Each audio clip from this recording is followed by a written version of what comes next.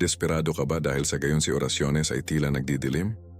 Mayroon ka bang napapansin mo ng iba kaysa sa mga bendisyones? Si Desta Ahora mismo, iya ay nagbibigay ng matulungin. Sapagkat siya na ang boy ay magbubunyag sa kanya ay ganap na may curl out katungkol sa maliwanag na pautang ng Diyos in vida. La Bible Guard isang malakas na lihim tungkol sa kung bakit hindi tumugon si Diyos sa walang muwang sa gayon ay orasyones. Ihoy ibunyag natin ang totoo na magbabago sa iyo ng espiritual na buhay kay si Rere. Si muchas personas ay nag-iwan ng subtitumpak sa sandaling kung saan pinapanatili ni Deberian ang matatag. Kung sa gayon ay naghihintay ng labis, na ikaw ay nagkasakit sa kung ano ang iyong na oracled kung ikaw ay may pigenin.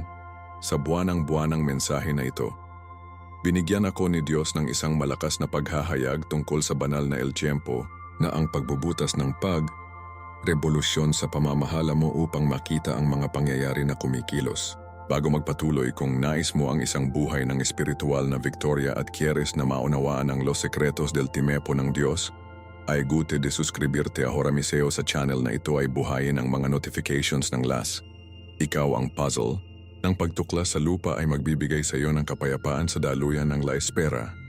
Isang kampanilya na maghahanda sa iyo sa Recipros Bendiciones Mayores ng LAS na naisip mo na mga posable. Naglista ka upang malaman kung bakit sinabi mong ang mga veces ay tila huli sa pagtugon. Ibo this waiting and realidad. El enormitento para sa iyo mayor bendisyon. Ang kedate ay may pangwakas.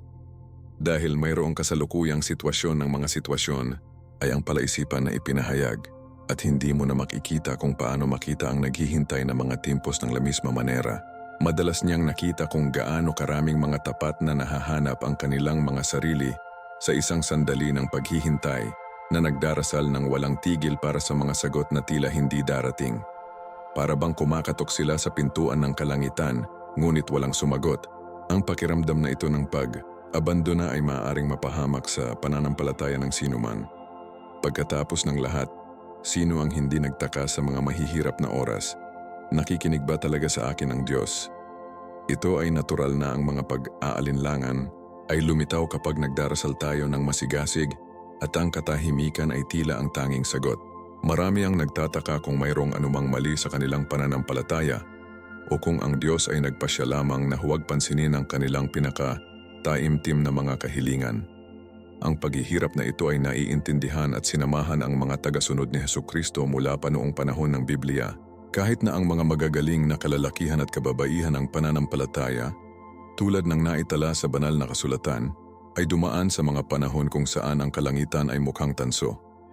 Gayunpaman, ang salita ng Diyos ay nagtuturo sa atin ng isang pangunahing katotohanan. Ang Panginoon ay hindi naantala o sumulong sa kanyang mga layunin. Sa Ecclesiastes 3:11, nabasa natin na ginagawa ng Diyos ang lahat ng maganda sa oras, na inilalantad na mayroong isang pagkakasunod, sunod na pagiging perpekto sa mga banal na eroplano na ang ating limitadong pag-unawa sa tao ay hindi maaaring ganap na makamit. Kapag naramdaman nating inabandona sa naghihintay na disyerto, kailangan nating tandaan na ang orasan ng Diyos ay naiiba sa atin. Sa Biblia, maraming mga halimbawa ng mga tao na kailangang maghintay para sa perpektong oras ng Panginoon. Si Moises ay gumugol ng 40 taon sa disyerto bago tinawag upang pamunuan ang mga tao ng Israel. Naghintay si Jose ng maraming taon sa bilangguan bago matupad ang kanyang mga makahulang pangarap. Maging si Hesukristo, sa kanyang kalikasan ng tao, ay naghintay ng 30 taon bago niya sinimulan ang kanyang tagausig. Ang mga halimbawang ito ay nagpapakita sa amin na ang paghihintay ay hindi isang banal na parusa, ngunit bahagi ng proseso ng espiritual na pagkahinog at paghahanda para sa isang bagay na mas malaki. Kapag nagdarasal tayo at walang nakitang agarang tugon, hindi nangangahulugang hindi pinapansin ng Diyos ang ating mga pagsusumite. Sa kabaligtaran, maaaring siya ay nagtatrabaho sa likod ng mga eksena, naghahanda ng lupa para sa sagot na darating sa eksaktong sandali kapag handa na tayong matanggap. Tulad ng sinabi ng Segam Pedro Turn, Curies or 8:9, para sa Panginoon ang isang araw ay tulad ng 1,000 taon at 1,000 taon bilang isang araw. Hindi mo mabagal ang iyong pangako kahit na ang ilan ay huli na. Ang talatang ito ay nagpapaalala sa atin na ang banal na pangunawa sa oras ay ganap na naiiba sa atin. At kung ano ang tila isang pagkaantala para sa atin, ay maaari lamang maging isang maikling sandali sa kawalang hanggan ng Diyos. Ang tunay na pananampalataya ay nagpapakita ng sarili ng tumpak sa mga sandali ng banal na katahimikan. Madali itong paniwalaan kapag ang mga panalangin ay sinasagot agad, ngunit ang tunay na espiritual na paglaki ay nangyayari kapag patuloy tayong nagtitiwala kahit na hindi nakakakita ng mga agarang resulta. Tulad ng nakasulat sa Hebreo 11, ang pananampalataya ay katiyakan ng inaasahan at patunay ng mga bagay na hindi natin nakikita. Kapag nakatagpo tayo ng katahimikan ng Diyos, inanyayahan tayong gumamit ng mas malalim na pananampalataya na lumilipas sa nakikitang mga pangyayari. Kadalasan ang banal na pagkaantala ay may isang tiyak na layunin upang mabuo sa mga birtud ng US tulad ng pasensya, tiyaga at hindi matitinag na tiwala. Sa pagtingin sa salita ng Diyos, nakikita natin na bihira siyang kumikilos ng madali. Ang paglikha ay ginanap sa 6 na araw, hindi sa isang sandali. Ang pangako na ginawa kay Abraham ay tumagal ng mga dekada upang matupad. Ang pagdating ng Mesyas ay hinula ang mga siglo bago ipinanganak si Jesus sa Bethlehem. Ang problema ay hindi sa pagkaantala ng Diyos, ngunit sa ating pagmamadali. Nakatira kami sa isang lipunan na pinahahalagahan ng instantaneity, mabilis na pagkain, instant na mensahe, naghahatid sa parehong araw. Ang mindset na ito ay nagtatapos sa kontaminado ng ating espiritual na buhay, na inaasahan nating ang Diyos ay gumana sa parehong paraan. Gayunpaman, ang kaharian ng langit ay sumusunod sa ibang lohika. Tulad ng itinuro ni Jesus sa pamamagitan ng kanyang mga talinghaga, ang kaharian ay tulad ng isang unting lumalagong binhi. Dahil ang isang mabagal na lebadura ay kumakalat sa misa, itinuturo sa atin ng mga metapora na ang mga banal na proseso ay bihirang agad, ngunit sundin ang organikong at natural na pag-unlad. Sa Isaiah 8:9, idiniklara ng Panginoon, "Sapagkat ang aking mga saloobin ay hindi ang iyong mga saloobin o ang iyong mga paraan, ang aking mga paraan. Para sa tulad ng langit ay mas mataas kaysa sa lupa, gayon din ang aking mas mataas na paraan kaysa sa iyong mga paraan, at ang aking mga saloobin mas mataas kaysa sa iyong mga saloobin." Ang talatang ito ay nag-aanyaya sa atin na talikuran ang ating limitadong pananaw ng tao at magtiwala sa higit na karunungan ng Diyos, kahit na hindi natin naiintindihan ang kanilang mga pamamaraan o tiyempo. Kapag nagkita tayo sa lambak ng paghihintay, dapat nating tandaan na ang maliwanag na katahimikan ng Diyos ay hindi nangangahulugang kawalan o kawalang interes. Maaaring ito ay humuhubog sa ating pagkatao, pagsubok sa ating pananampalataya, o inaasahan lamang ang lahat ng mga piraso upang magkasya ng perpekto, upang ang kanilang sagot ay hindi lamang mabuti ngunit perpekto. Ang Biblia ay puno ng mga kwento ng mga tao na kailangang maghintay para sa oras ng Diyos. Naghihintay sina Abraham at Sarah ng isang anak na lalaki. Naghintay si David na maging hari. Hinihintay ng mga alagad ang pagdating ng banal na espiritu. Sa bawat kaso, ang paghihintay ay hindi walang kabuluhan. Ngunit nagresulta ito sa isang bagay na mas malaki kaysa sa maaari nilang isipin. Tulad ng naitala sa mga taga-Korinto 2:9, ang mga bagay na hindi nakita ng mata at hindi narinig ng tainga at hindi umakyat sa puso ng tao ang mga inihanda ng Diyos para sa mga nagmamahal sa Kanya, at tinitiyak sa atin ng pangakong ito na habang naghihintay tayo, naghahanda ang Diyos ng isang bagay na lampas sa ating pag-unawa. Ang susi sa pagharap sa mga panahon ng banal na katahimikan ay panatilihing buhay ang pananampalataya, magpatuloy sa pagdarasal ng hindi tumitigil at magtiwala na sa tamang oras kikilos ang Panginoon. Tulad ng itinuro sa atin ni Jesus sa Lucas 8, sa pamamagitan ng talinghaga ng patuloy na biyuda. Dapat nating laging manalangin at hindi kailanman masiraan ang loob. Ilang beses na nating naramdaman na nasa isang madilim na silid tayo, sumisigaw para sa Diyos upang matanggap lamang ng eko ng ating sariling kawalan ng pag-asa. Ang pakiramdam ng pag-abandona ay pangkaraniwan na kahit na naranasan siya ni Jesus sa krus nang siya ay sumigaw, Diyos ko, bakit mo ako pinabayaan?" Mateo 27:46. Gayunpaman, kahit na sa sandaling iyon ng maliwanag na pag-abandona, ang Diyos ay nagsasagawa ng pinakadakilang plano ng kaligtasan sa kasaysayan. Nakatutuwang kung paano ang katahimikan ng Diyos ay madalas na nauna sa kanyang pinakamalakas na paggalaw. Kapag ang lahat ay tila hindi gumagalaw sa ating espiritual na buhay, kapag ang ating mga dalangin ay tila tumama sa kisame at bumalik, tiyak na kung saan dapat nating patalasin ang ating espiritual na pangunawa. Ang banal na katahimikan ay bihirang nangangahulugang hindi aktibo. Sa kabaligtaran, madalas na isang palatandaan na ang Diyos ay nagtatrabaho sa likod ng mga eksena, nag-aayos ng mga pangyayari, gumagalaw na puso at naghahanda ng senaryo para sa isang pambihirang pagpapakita ng kanyang kapangyarihan. Bilang isang direktor na walang tigil na nagtatrabaho sa likod ng mga eksena bago ang malaking pasinaya, ang Panginoon ay nag-orkestra sa bawat detalye ng ating buhay sa mga sandali ng maliwanag na katahimikan. Naiintindihan ng mature na pananampalataya na ang kawalan ng nakikitang ebidensya ay hindi nangangahulugang kawalan ng banal na pagkilos. Ang Biblia ay puno ng mga halimbawa kung saan ang maliwanag na katahimikan ng Diyos ay nauna sa ilan sa mga pinakadakilang himala na naitala. Sa loob ng 400 taon sa pagitan ng Malaki at Mateo, walang opisyal na hula, walang direktang salita ng Diyos na tinawag ng mga eskolar ng mga taon ng katahimikan. Gayunpaman, sa panahong ito ay inihahanda ng Diyos ang mundo para sa pagdating ng kanyang anak. Ang Roman Empire ay nagtayo ng mga kalsada na kalaunan ay mapadali ang pagpapalaganap ng Ebanghelyo. Ang Greek ay naging isang universal na wika na pinapayagan ng mga banal na kasulatan na malawak na maunawaan.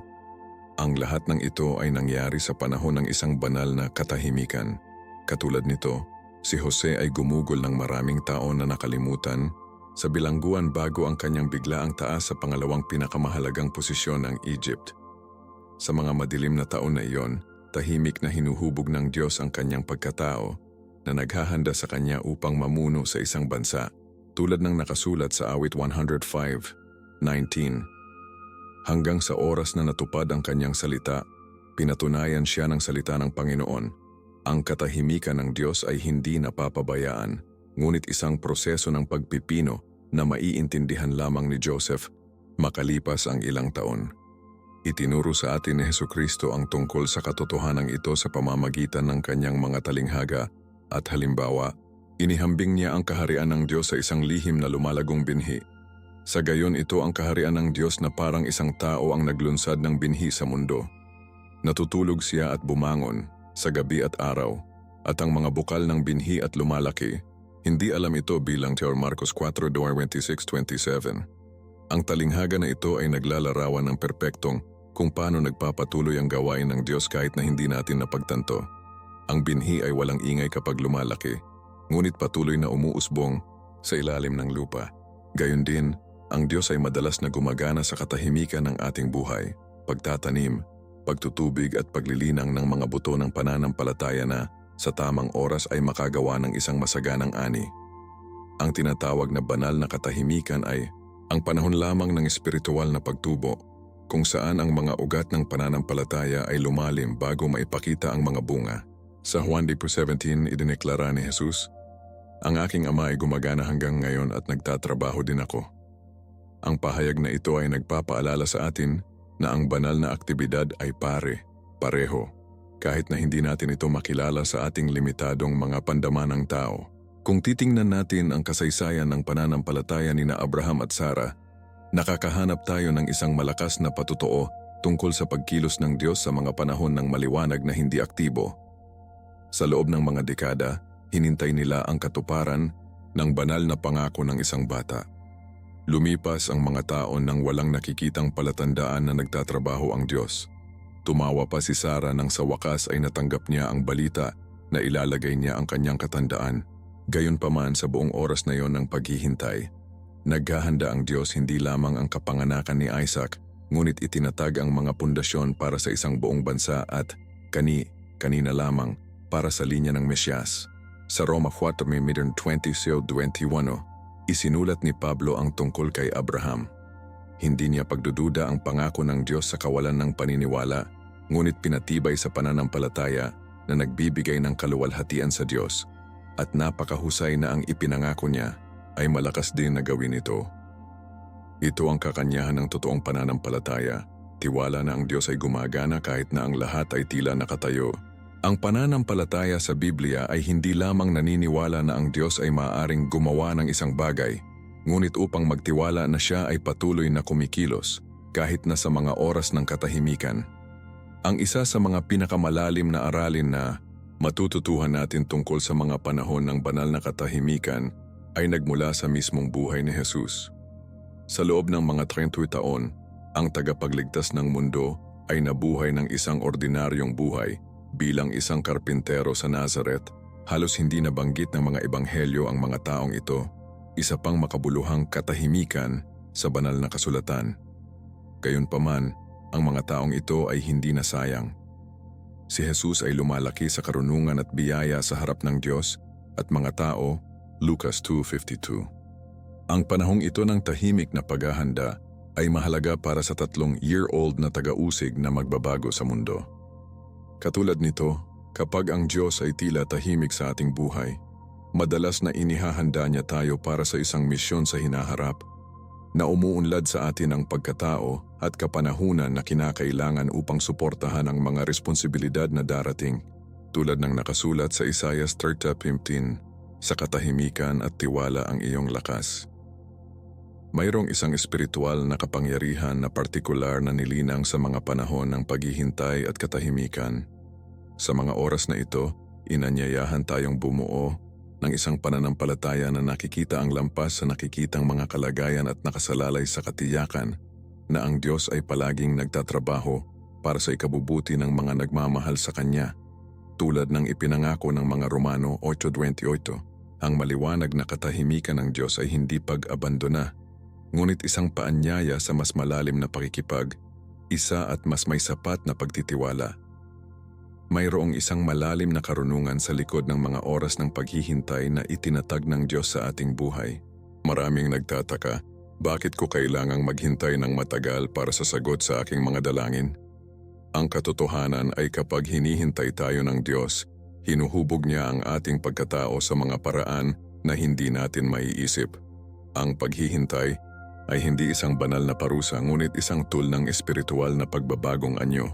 Bilang isang potter na nagtatrabaho sa luwad, ginagamit ng Panginoon ang mga panahon ng paghihintay upang mabuo ang imahe ng kanyang anak na si Hesukristo. Sa Isaiah 3:8, nabasa natin, "Ngunit ngayon, O Panginoon, Ikaw ang aming Ama, kami ang luwad at Ikaw ang aming potter, at lahat tayo gawain ng iyong mga kamay." Ang talatang ito ay nagpapakita sa amin na kami ay tulad ng luwad sa mga kamay ng guro, na patuloy na hugis at inayos upang ipakita ang kanyang kaluwalhatian.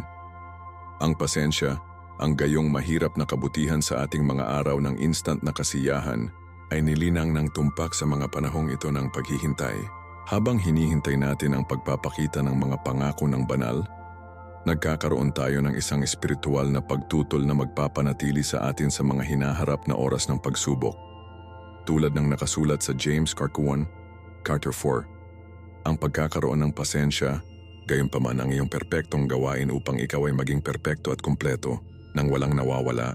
Kapag napansin natin ang mga banal na kasulatan, napagtanto namin na ang mga panahon ng paghihintay ay pangunahing sa pag-unlad ng mga dakilang kalalakihan at kababaihan ng pananampalataya. Si David ay pinahiran pa rin ng bata, ngunit gumugol ng maraming taon na tumakas kay Saul bago kumuha ng trono. Sa panahong ito, ang Diyos ay nakakalimutan ang pagkatao ng isang pinuno ayon sa puso ng Panginoon. Si Moises ay gumugol ng 40 taon sa disyerto bago tinawag upang pamunuan ang mga tao ng Israel sa labas ng Egypt. Ito ay tila nawalan ng oras ay mahalaga sa pagbabago ng isang walang katapusang prinsipe ng Egypt sa taong turest sa mundo.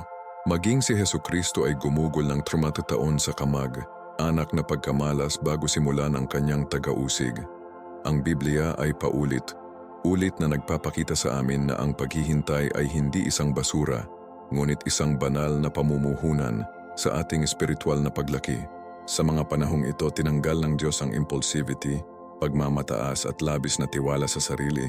Pinapalitan ang mga ito ng pagpapakumbaba, karunungan at kabuuang pag-asa sa kanilang biyaya. Tulad ng sinabi ng awit 27:14, "Maghintay para Sa Panginoon magkaroon ng magandang lakas ng loob at patibayin ang iyong puso kaya maghintay para sa Panginoon. Ang isa pang kadahilanan na hinihintay tayo ng Diyos ay protektahan tayo mula sa mabilis na mga pagpapasya na maaaring magdulot sa atin ng hindi maibabawas na pinsala. Sa ating kawalan ng tiyaga, madalas kaming naghahanap ng mga shortcut na tila malulutas ang aming mga agarang problema, ngunit maaaring humantong sa amin ng mas malaking komplikasyon sa hinaharap. Ang halimbawa ni Abraham at Sarah ay partikular na naglalarawan. Pagod na maghintay para sa ipinangakong anak ng Diyos, kinuha nila ang paksa sa kanilang sariling mga kamay na nagre-resulta sa pagsilang ni Ismael sa pamamagitan ng Agar. Ang mabilis na desisyon na ito ay nagdala ng masakit na mga kahihinatnan na huling hanggang sa araw na ito. Sa kaibahan kapag hinihintay natin ang perpektong oras ng Diyos, tayo ay naligtas mula sa maraming hindi kinakailangang pagdurusa. Ang Panginoon sa kanyang walang hanggan na karunungan ay nakakaalam ng mga panganib na hindi natin nakikita at ang mga traps na hindi natin maaasahan. Kapag hiniling niya sa amin na maghintay, siya ay nagpapalaki ng isang proteksyon na hadlang sa paligid natin.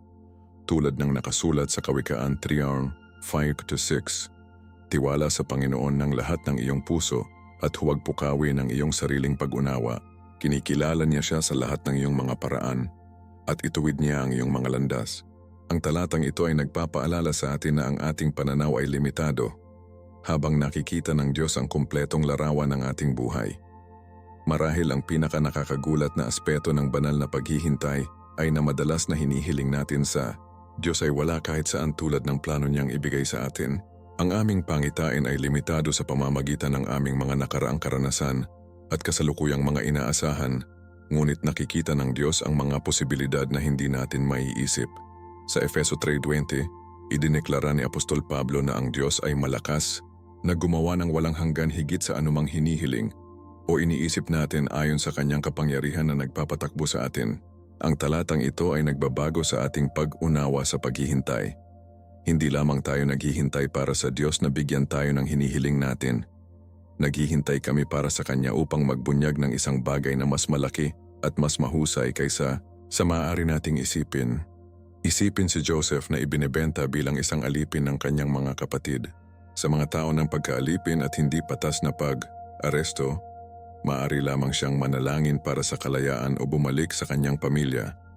Gayunpaman, nasa isip ng Diyos na gawin siyang gobernador ng Egypt at Salvador ng buong bansa. Ang banal na plano ay walang hanggan na higit sa kung ano ang maaaring itanong ni Joseph. Katulad nito, kapag hinihintay tayo ng Diyos, madalas dahil naghahanda ito ng mga pagpapala na lumampas sa ating kasalukuyang kakayahang maunawaan. Itinuturo sa atin ng pananampalataya sa Biblia na ang Diyos ay nagpapatakbo sa loob ng isang ekonomiya ng kasaganaan, hindi kakulangan. Kapag hinihintay niya tayo, hindi ito dahil nag-aatubili siyang pagpalain tayo, ngunit dahil naghahanda siya ng mga pagpapala na nangangailangan ng oras upang ganap na mabuo.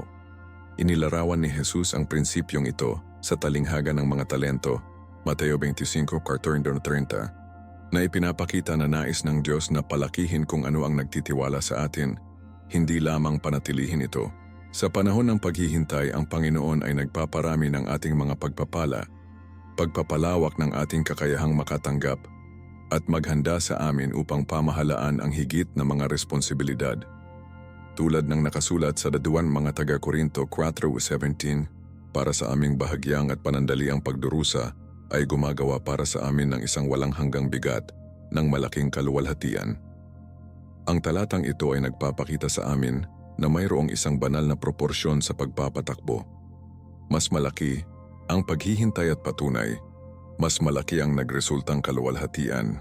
Ang mga sandali na ang Diyos ay tila mas malayo ay madalas na mga preludes sa kanilang pinakamalakas na pagpapakita sa ating buhay.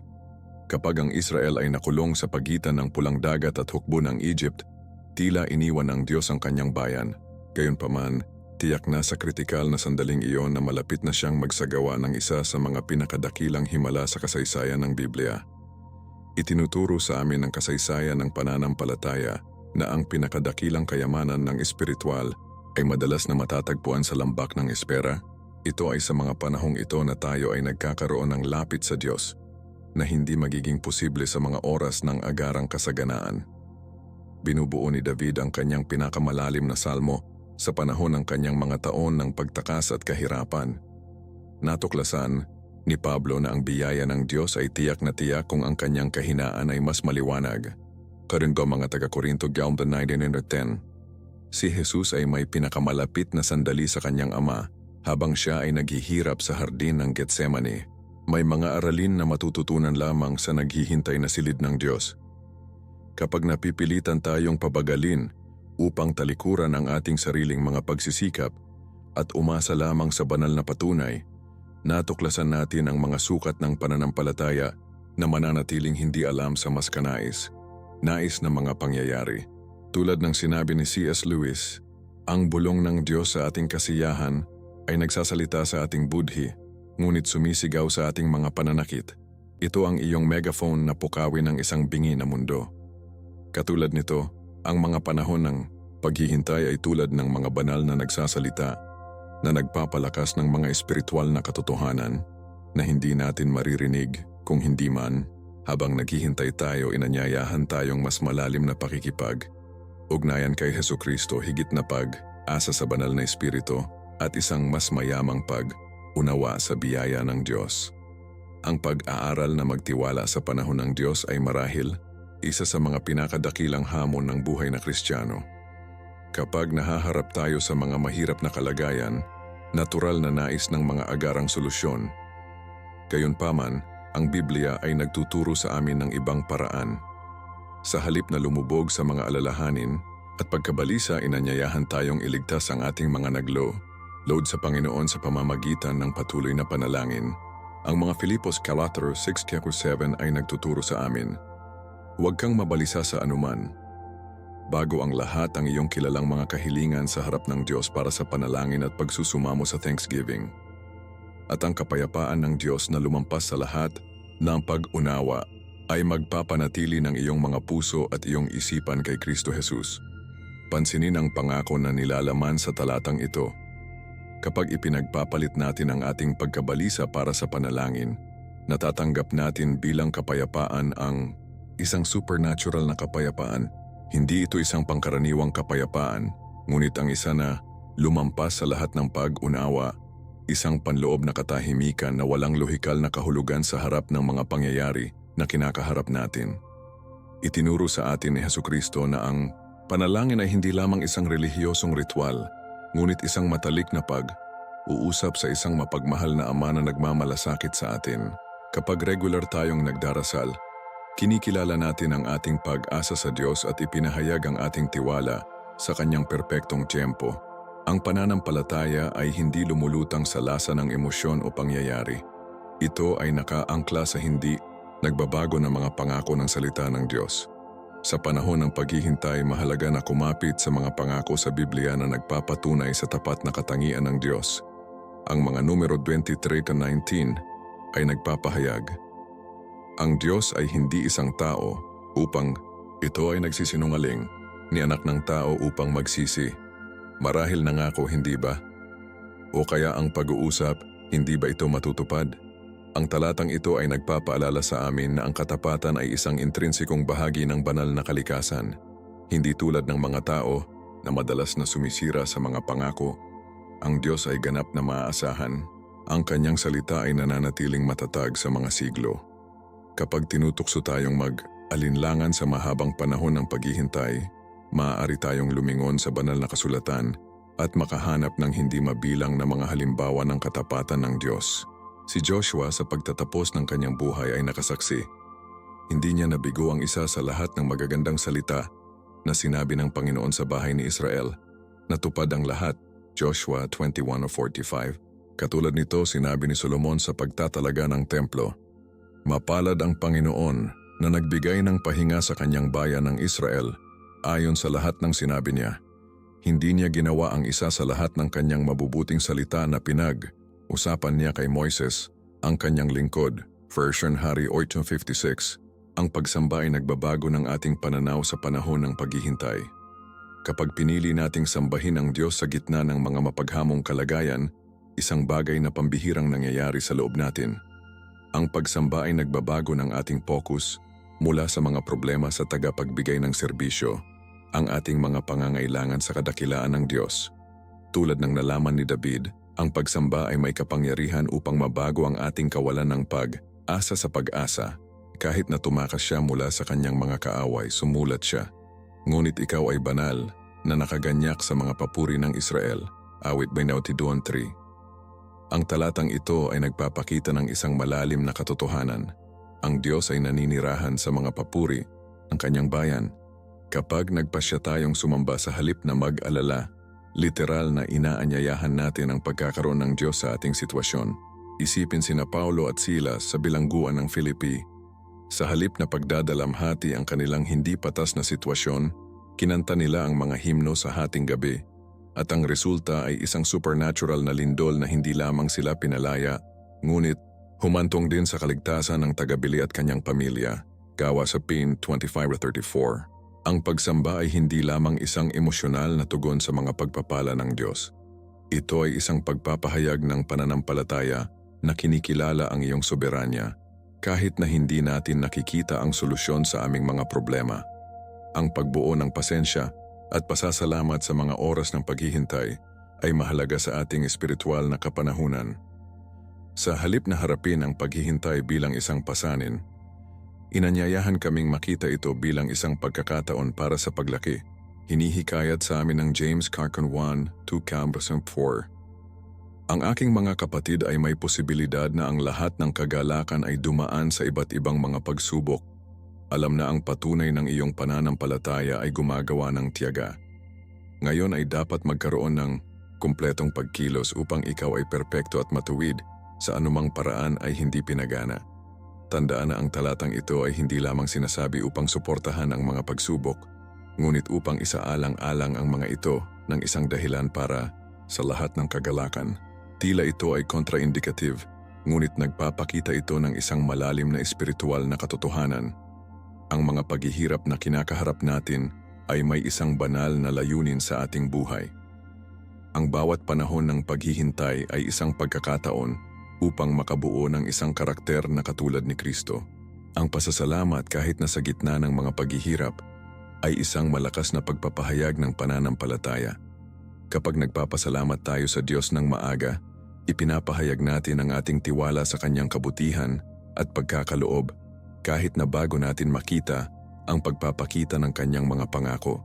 Tulad ng isinulat ni Pablo sa mga taga-Tesalonika, sa lahat ng ibinibigay niya, sapagkat ito ang kalooban ng Diyos kay Kristo Jesus sa iyo. 1 Thessalonica 5:18. Ang paglalakbay ng pananampalataya ay hindi kailanman idinisenyo upang maglakbay ng mag-isa. Sa panahon ng paghihintay, mahalaga na palibutan ang ating sarili ng isang pamayanan ng pananampalataya na maaaring hikayatin at palakasin tayo. Sa Hebreo 10:24-25, inutusan tayo. Isinasaalang-alang din namin ang bawat isa sa bawat isa upang hikayatin ang ating sarili na magmahal at mabubuting gawa. Huwag nating itigil na magtipon tulad ng kaugalian ng ilan. Bago, gumawa tayo ng mga admonitions at mas malapit habang nakikita mo ang diskarte sa araw. Ang pakikipag-ugnay sa iba pang mga mananampalataya ay nagbibigay sa amin ng pananaw, kolektibong karunungan, at ang paghihikayat na kinakailangan upang magtitiyaga. Kapag nasiraan tayo ng loob, maaaring tandaan ng iba ang mga pangako ng Diyos. Kapag nag-aalangan ang ating pananampalataya, ang iba ay maaaring magbahagi ng mga patotoo kung paano naging tapat ang Diyos sa kanilang sariling buhay. Itinatag ni Hesukristo ang simbahan bilang isang katawan kung saan ang bawat miyembro ay nagpapanatili sa iba.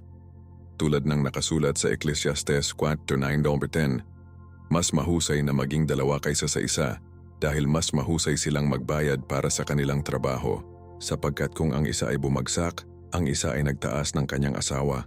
Ngunit aba sa kung ano ang nag-iisa ka, para sa pagbagsak, walang makakaayos.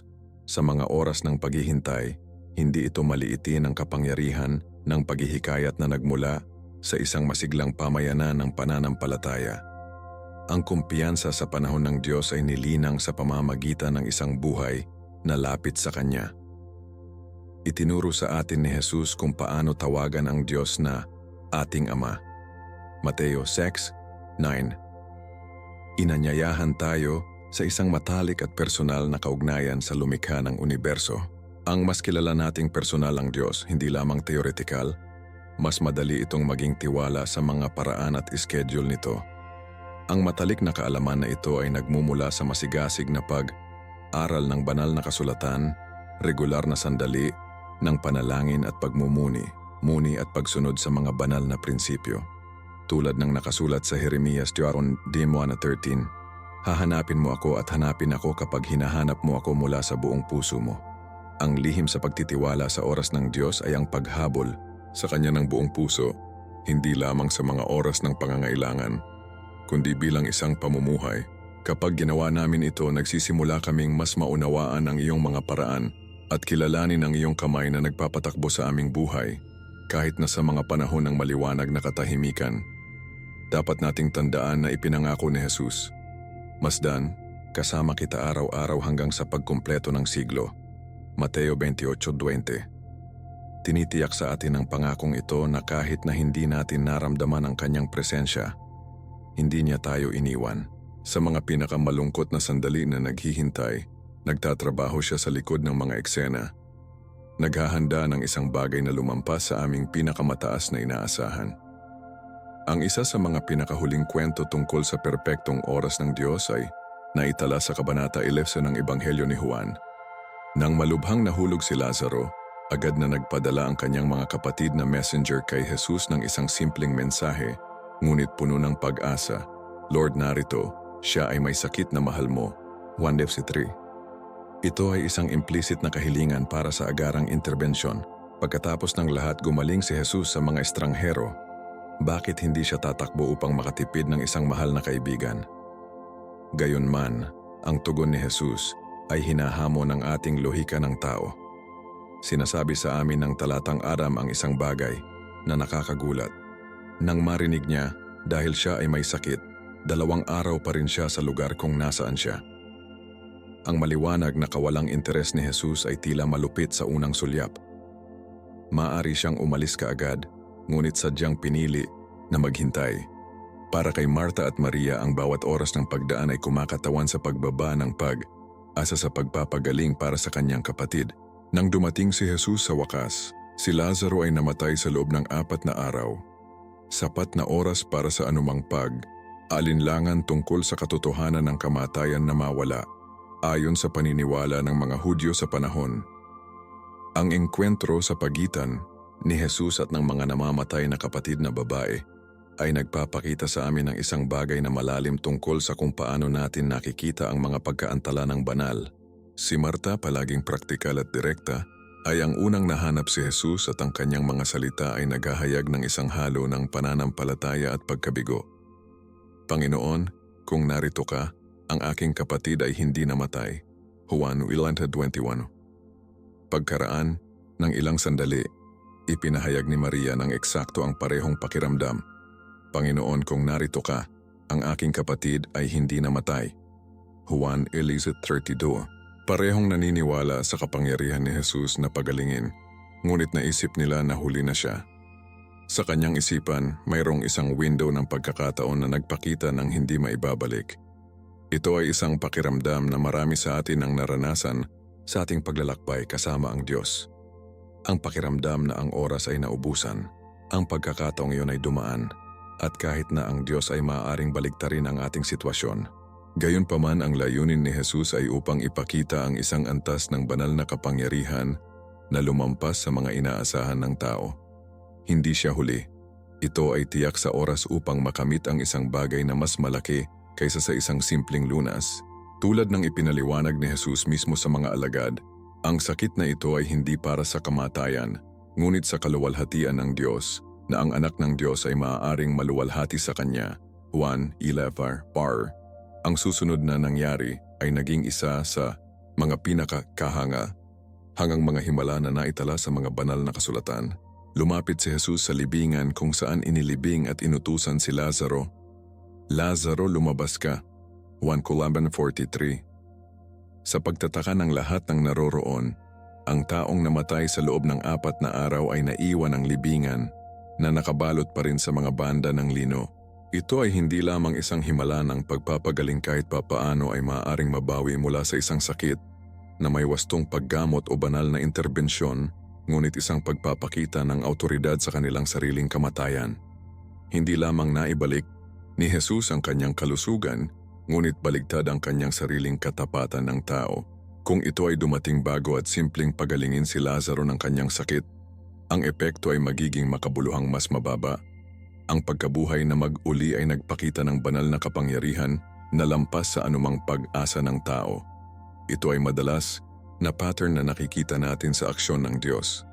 Kapag siya ay huli na ayon sa ating pangunawa ng tao, kadalasan dahil naghahanda ito ng isang pagpapakita ng kapangyarihan na lumampas sa ating limitadong mga inaasahan, tulad ng nakasulat sa Isaiah 55:9, sapagkat tulad ng langit ay mas mataas kaysa sa lupa, gayon din ang aking mas mataas na paraan kaysa sa iyong mga paraan, at ang aking mga saloobin mas mataas kaysa sa iyong mga saloobin. Ang yugto ng muling pagkabuhay ni Lazarus ay nagtuturo sa atin ng isang pangunahing aralin tungkol sa soberanya ng Diyos at ang kanyang perpektong tiyempo. Si Jesus ay hindi pinaghihigpitan sa mga inaasahan ng tao ng pagkadali. Pinatatakbo niya ayon sa isang banal na schedule na naglalayong hindi lamang upang malutas ang isang agarang problema, ngunit ibunyag ang kanyang kaluwalhatian ng walang tigil. Mahalaga na ang mga tala ni Juan, pagkatapos ng himalang ito, marami. Para sa mga Hudyo na dumating upang bisitahin si Maria, na nakikita kung ano ang nagawa ni Jesus, ay naniniwala sa kanya. Juan 11:45. Ang banal na pagbabalik ay nagresulta sa isang mas malakas na patutuo na humantong sa maraming pananampalataya.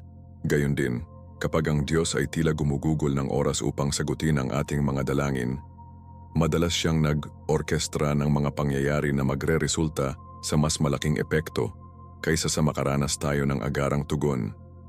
Tulad ng itinuro ni Jesus, sa himalang ito ang maliwanag na katahimikan ng Diyos ay hindi nangangahulugang pagkalimot o pag-abandona, ngunit ang paghahanda para sa isang mas maluwalhating pagpapakita ng kanyang kapangyarihan.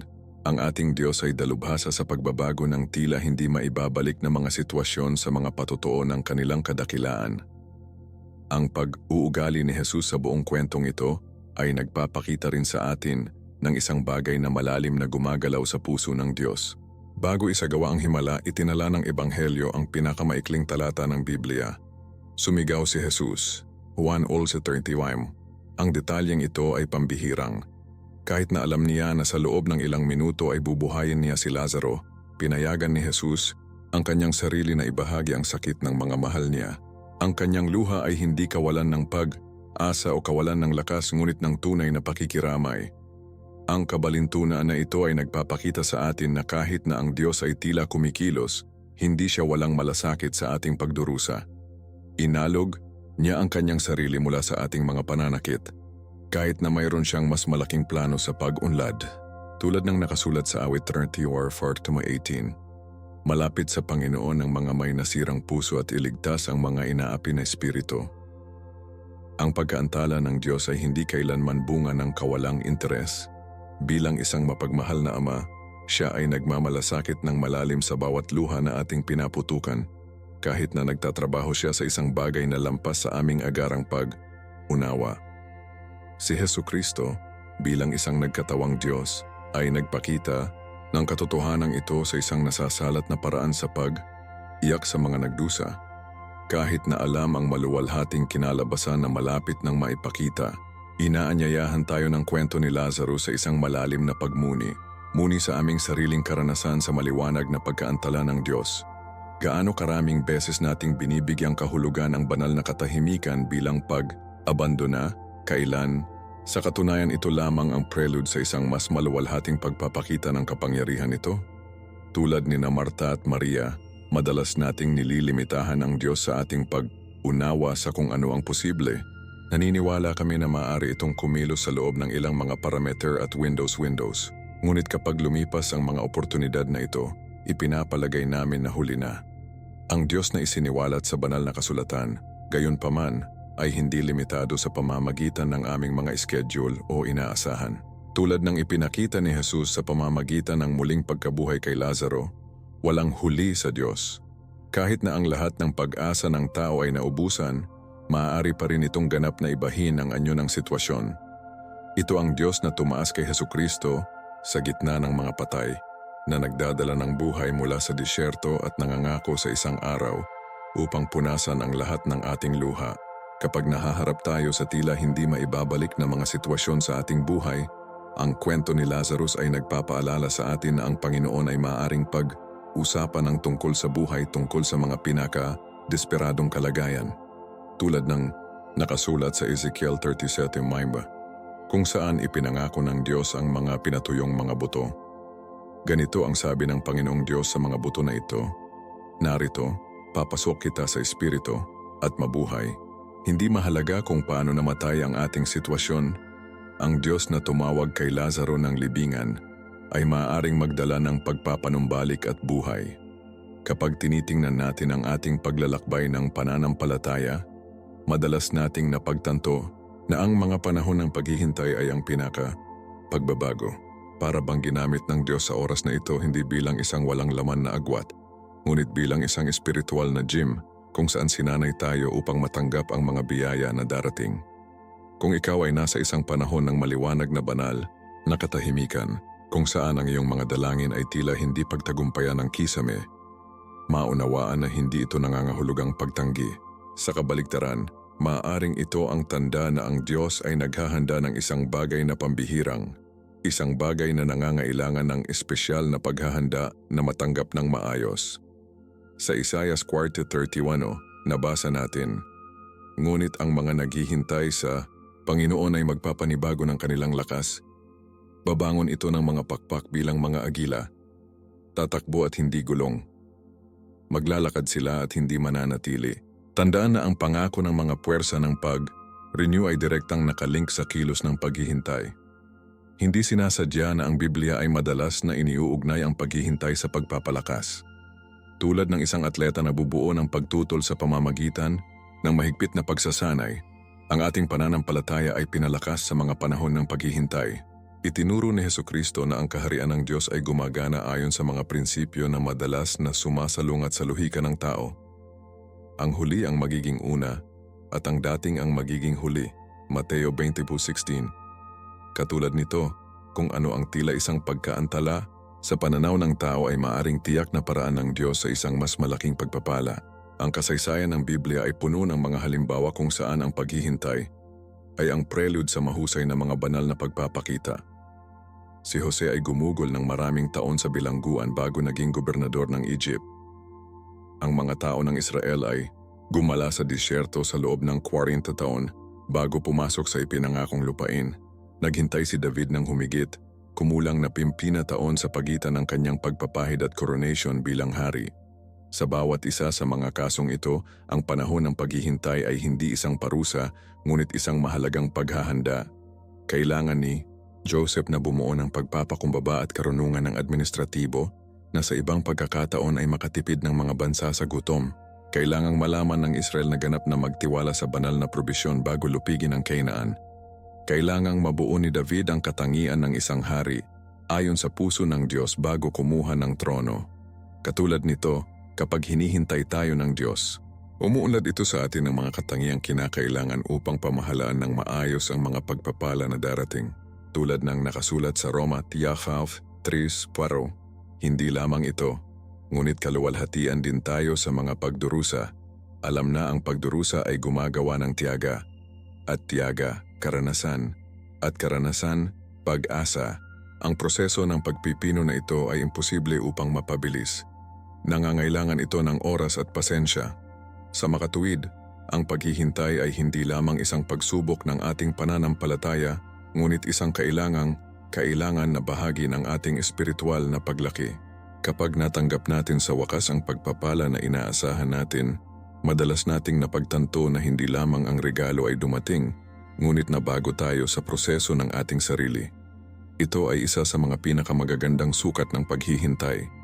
Hindi lamang ito naghahanda upang matanggap ang pagpapala, ngunit lumiliko tayo sa mga taong may kakayahang pamahalaan ito ng matalino. Pag-isipan kung gaano karaming mga tao na tumatanggap ng biglaang kapalaran, tulad ng mga nagwagi sa loterya, ay madalas na nagtatapos sa mas masahol na mga sitwasyon kaysa sa dati dahil hindi sila handa na pamahalaan ang gayong kasaganaan. Katulad nito ang spiritual, relasyonal o material na mga pagpapala na darating bago tayo handa ay maaaring maging burde kaysa sa mga regalo. Ang Diyos, sa kanyang walang katapusang karunungan, ay nakakaalam ng eksakto kung handa tayong matanggap kung ano ang kanyang inilaan para sa atin. Tulad ng nakasulat sa Ecclesiastes 3:11, lahat ng bagay ay naging maganda sa oras nito. Inilalagay din niya ang kawalang hanggan sa puso ng tao nang hindi natuklasan ang gawaing ginawa ng Diyos mula sa simula hanggang sa wakas. Ang talatang ito ay nagpapaalala sa amin na mayroong isang partikular na kagandahan upang makatanggap ng isang bagay sa tamang oras, ni bago o pagkatapos.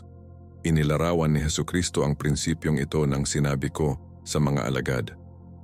Marami pa akong sasabihin sa iyo ngunit hindi mo ito matiis ngayon. 1:12. Kahit na ang banal na paghahayag ay dosed ayon sa aming kakayahang maunawaan at mag-apply. Ang isa sa mga pinaka-nakakaaliw na katotohanan ng pananampalatayang Kristiyano ay ang Diyos ay hindi kailanman nabigo upang matupad ang kanyang mga pangako. Ang ipinangako niya naghahatid siya, palagi. Maaring hindi ito sa schedule na inaasahan natin o sa paraang naisip natin, ngunit ang banal na katapatan ay hindi matitinag. Tulad ng nakasulat sa Hebreo 10:23. Panatilihin nating matatag ang pagtatapat ng ating pag-asa sapagkat ang tapat ay ang nangako. Ang katiyakan na ito ay sumusuporta sa amin sa mga panahon ng paghihintay. Hindi kami naghihintay para sa isang bagay na hindi sigurado o nagdududa, ngunit isang pangako na ginagarantiyahan ng hindi nagbabago na katangian ng Diyos mismo. Ito ay tulad ng paghihintay para sa isang tren na alam natin na may ganap na katiyakan na darating, ang tanging variable ay ang eksaktong sandali. Itinuro ni Jesus na alam ng Ama sa langit ang ating mga pangangailangan, kahit na bago natin ito iharap, Mateo 6:8, at nais niyang magbigay ng magagandang regalo sa kanyang mga anak, Mateo 7:11. Ang tiwala na ito sa kabutihan at katapatan ng Diyos ay nagbabago sa ating karanasan sa paghihintay. Sa halip na pagkabalisa at pagkabigo, maaari nating linangin ang isang pag-asa ng pasyente. Alam na, tulad ng naranasan ni Abraham, hindi isa sa lahat ng mabubuting pangako na ginawa ng Panginoon nabigo. Natupad ang lahat. Joshua 21:45. Mayroong isang partikular na sukat ng paghihintay na bihirang isaalang-alang natin. Pinatindi nito ang aming pagpapahalaga sa pagpapala kapag sa wakas ay dumating ito. Pag-isipan kung paano namin pinahahalagahan ang isang bagay na pinaghirapan natin o maghintay ng matiyaga, kaibahan sa isang bagay na walang kahirap, hirap o naghihintay. Pinahahalagahan ng mga Israelita ang ipinangakong lupain ng mas malalim dahil sa 40 taon sa disyerto. Pinahahalagahan ni Ana ang kanyang anak na si Samuel, lalo na dahil sa mga tao ng kawalan at panalangin. Naunawaan ng mga alagad ang muling pagkabuhay ni Jesus na may pinakamalaking epekto pagkatapos ng kawalan ng pag-asa sa pagpapako sa krus. Katulad nito, kapag hinihintay tayo ng Diyos para sa isang pagpapala, pinatataas nito ang ating kakayahang tunay na pahalagahan ito pagdating. Ang paghihintay ay lumilikha ng isang puwang sa ating kaluluwa, isang pagnanasa na ang pagpapakita lamang ng banal na pangako ay maaaring ganap na punan. Tulad ng nakasulat sa awit 335:8, patunayan at tingnan na ang Panginoon ay mabuti. Mapalad ang tao na nagtatago sa Kanya. Ang payo na ito na patunayan at makita ay nagmumungkahi ng isang malalim na karanasan sa kabutihan ng Diyos. Isang bagay na nagiging mas matindi pagkatapos ng mga panahon ng paghihintay. Kadalasan ay ginamit ni Jesus ang talinghaga ng piging upang ilarawan ang kaharian ng Diyos na nagpapahiwatig na ang karanasan ng mga banal na pagpapala ay dapat na isara at pinahahalagahan, hindi lamang nagmamadali. Kung ikaw ay kasalukuyang nasa isang panahon ng paghihintay, alalahanin na hindi ka inabandona. Tulad ng ipinangako ni Jesus bago umakyat sa langit. Masdan, kasama kita araw hanggang sa pagkumpleto ng siglo. Mateo 28:20. Ang Diyos na lumikha ng universo na may isang salita ay tahimik na gumagana sa kanyang sitwasyon, orkestra ng mga pangyayari, pag-alis ng mga hadlang at paghahanda ng lupa para sa isang pagpapakita ng kanyang biyaya na lalampas sa kanyang mga inaasahan. Ang paghihintay ay hindi isang palatandaan na nakalimutan ka ng Diyos, ngunit katibayan na naghahanda siya ng isang bagay na napakahalaga na nangangailangan ito ng espesyal na paghahanda. Bilang isang magsasaka na matiyagang naghihintay ng oras ng pag-aani, ang Diyos ay nagtatanim ng isang bagay na mahalaga sa kanyang buhay na, sa tamang oras, ay gagawa ng masaganang prutas. Santiago 5:7-8, hinihikayat tayo. Hoy mga kapatid, mga pasyente sa pagdating ng Panginoon. Masdan, hinihintay ng magsasaka ang mahalagang bunga ng mundo na naghihintay sa kanya ng pasensya hanggang sa matanggap niya ang pansamantalang pag-ulan at seron. Uhaw sa mga pasyente, palakasin ang iyong mga puso dahil malapit na ang pagdating ng Panginoon. Darating ang ulan, mangyayari ang ani, darating ang pagpapala, hindi dahil nararapat tayo, ngunit dahil naglilingkod tayo sa isang Diyos na nasisiyahan na maging kaaya, aya sa kanyang mga anak at tuparin ang bawat pangako na ginawa niya. Samantala payagan ang paghihintay na gawin ang iyong perpektong gawain sa iyo. Paghuhubog ng iyong pagkatao sa imahe ni Kristo at palawakin ang iyong kakayahang matanggap ang lahat ng pinlano ng Diyos. Mahal na hermanos y hermanas in Christ, nagkaroon ng pribilehiyo na dumalo sa mga katotohanang ito na gumagamit ng hoy. Si ngayong buwan ay may track ka korazon, quiero narge. Ano ang inihahatid mo sa hoy sa perpektong mga oras ng Diyos? Comparte you testimony en los komento upang manalangin ng magkasama para sa iyo na sitwasyon. Sa Olvides Darle tulad ng video na ito, paghahambing sa isang tao na kailangang i-scan ang mga susi ng esperanza, itungkol sa lahat, Crispy Al Channel sa tatanggap ng masamang buwan ng tuy. Aktiva las notifications upang sa tendas nobuds of nude publications weekly. Pinagpapala ka ni Diyos na sagana. Resermerda, El hindi kailanman llega huli, sigrere sa tiempo. Soy Marco, I see you in the next video.